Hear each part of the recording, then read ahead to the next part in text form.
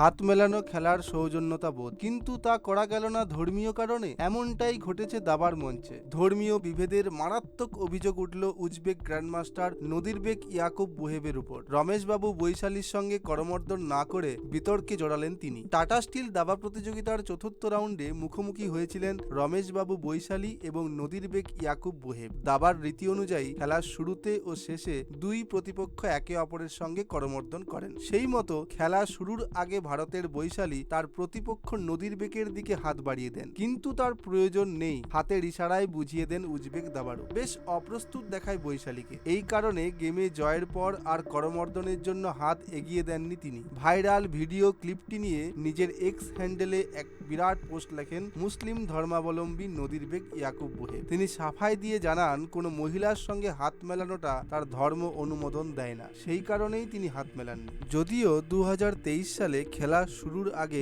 মহিলা খেলোয়াড়ের সঙ্গে হাত মিলিয়েছিলেন নদিরবেক, তবে দাবা খেলা হারাম নয় বলেই উল্লেখ করেছেন এই উজবেক দাবাড়ু।